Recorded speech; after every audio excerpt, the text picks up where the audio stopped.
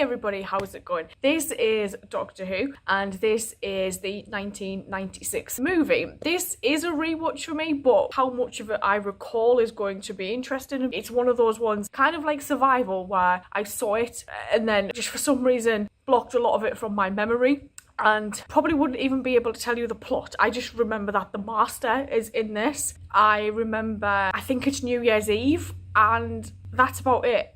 I think that's literally all that kind of stuck with me. There might be a snake, if I remember that correctly. So it's going to be one of those watches where it's a rewatch, but I'm kind of like, what? What now? Which, to be fair, has happened quite a few times.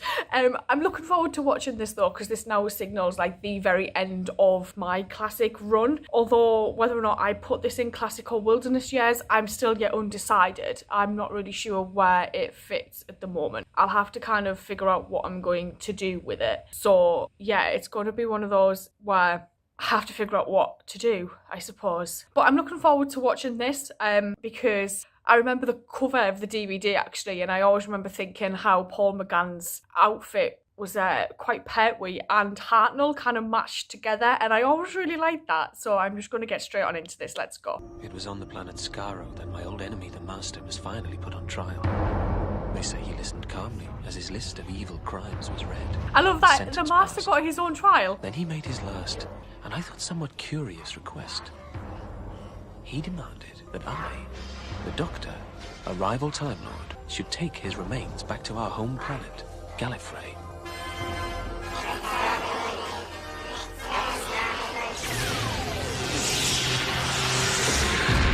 But was he still a cheater?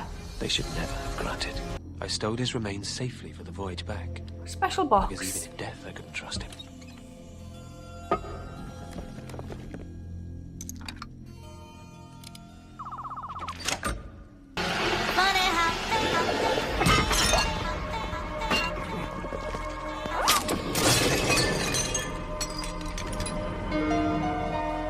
So Ace is gone at this point. Where's Ace? Oh, what the? Oh no.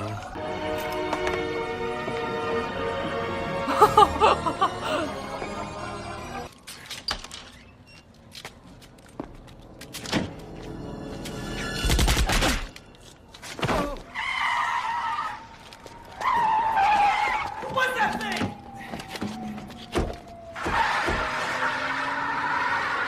Maybe help him? Oh, he's got to check his friends. Hello? He's making noises. Timing malfunction. Yeah. I'm getting you an ambulance. That's vile. Stop it. 2 hearts. This is why he never goes to the hospital. Let's get these bullets out then. Pacini, Madame Butterfly. What are you about to do? Stop. Mr. Smith, you're going to be all right. No, I am not human. I am not like you. Nobody like you, Mr. Smith. Please, I need a beryllium atomic clock. This is 1999, isn't it? Yes. Wait any longer, Grace. Try not to speak, Mr. Smith. We've already taken out all the bullets, so now we're going to listen to your heart and try to find out why it's so wild, and then I'm going to fix it. He's under. Timing malfunction. The Master. He's out there. I love that he's in this. Scalpel? I'm going to stop. Somehow I don't think this man's name is Mr. Smith. Are you a friend of Mr. Smith's? Yeah. Is he okay? No. Actually, there were some complications, and I'm afraid he didn't make it. Sorry.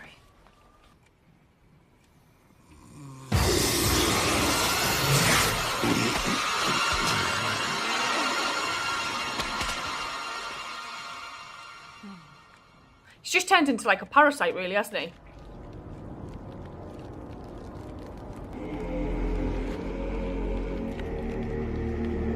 Sorry, Bruce.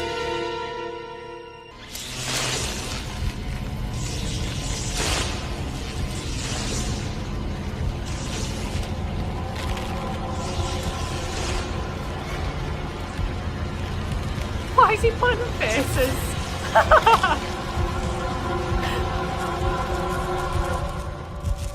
Weirdest regeneration, I think, ever. That was just odd.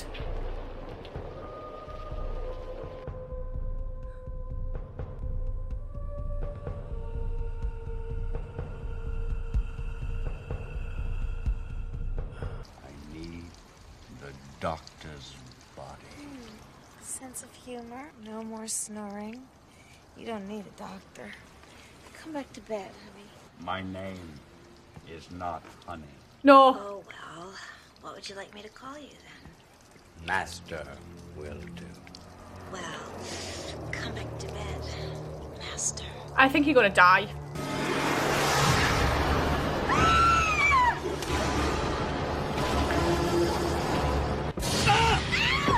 Get out! Get out! Oh, yes! Something. I remember that bit. Oh, that's horrible. Can't be. Please. I have 2 hearts. You have to get me out of here before they kill me again. Please. Here is the Eye of Harmony, the heart of the structure. Everything gets its power from here. So how can it help us find him?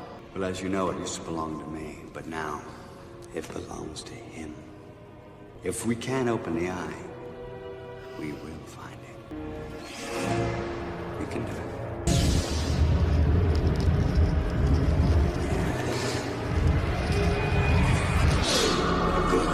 That was so easy.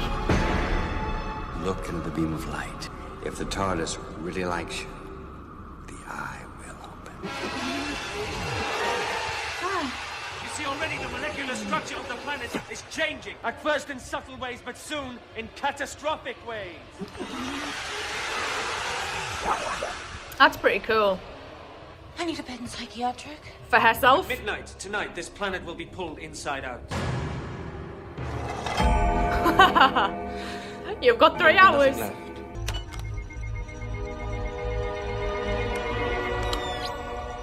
See, I told you it was small. What is it they say? Yeah, they say that on my planet too. And it just happens to be here, like, in normal clothes, and no one's batted an eyelid.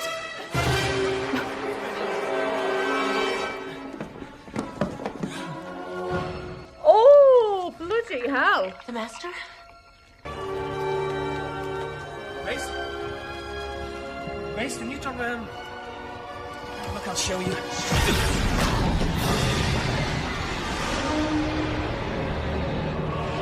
Oh, shit.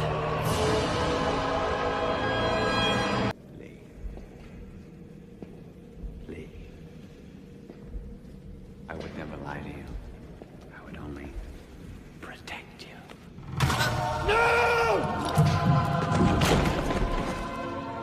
Oh, wow. How will you open the eye now? Grace. Too late! This is chaotic. I'm actually kind of understanding why maybe I just kind of blocked a lot of this out. He can't move! So long as the eye links us! Remember, Grace, remember! Reroute the power! The console room, go! But you'll die if I leave you! We'll all die if you don't! Just do it.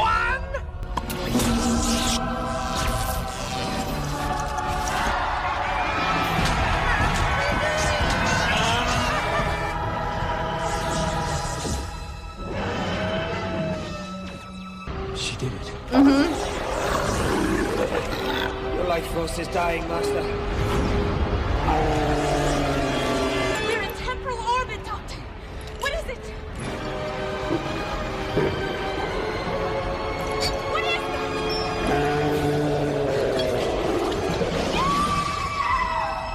Oh, shit. Grace. You are my life.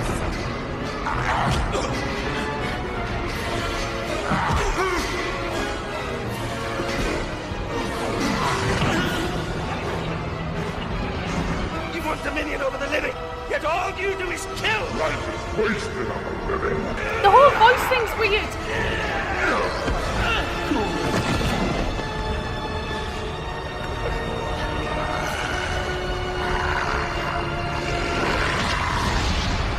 into the eye.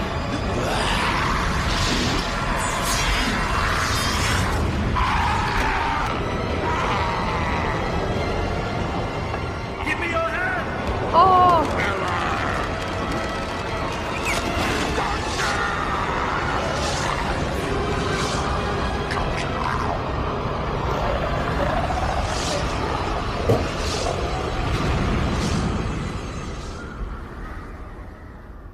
Come with me. You come with me. Me come with you. Yes. Me come with you. I don't think he'd cope living on Earth full time. Tempting. We've seen where he's had to stay on Earth before, and he's not done well at all. I'm gonna miss you. How can you miss me? I'm easy to find. I'm the guy with two hearts, you know. That's not what I meant. Oh, I thought he had something on the back of his jacket then.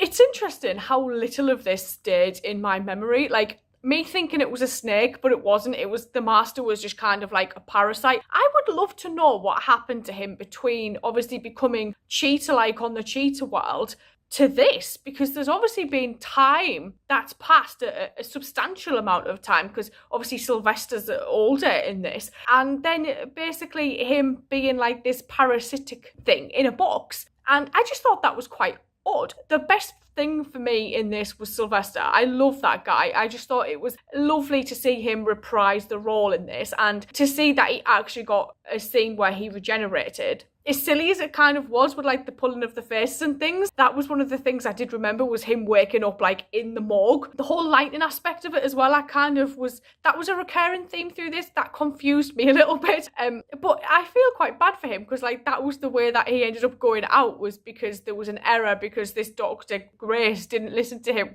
Although who would listen to someone who told you they had two hearts? They probably would have thought it was maybe the shock of getting shot. But it was a shame that that's how he ended up going. But I did like Paul McGann in this. It would have been an interesting thing to see what he would have done with the character if he got like a televised series. I know he's done a lot of work on the audios, but it would have been an interesting one, because like this, at times watching this, when he was being like all chaotic, when he couldn't remember who he was and he was confused, and I like that aspect of when the Doctor regenerates, and it would have been a good thing to see like how he would have developed that if he had been given the opportunity to.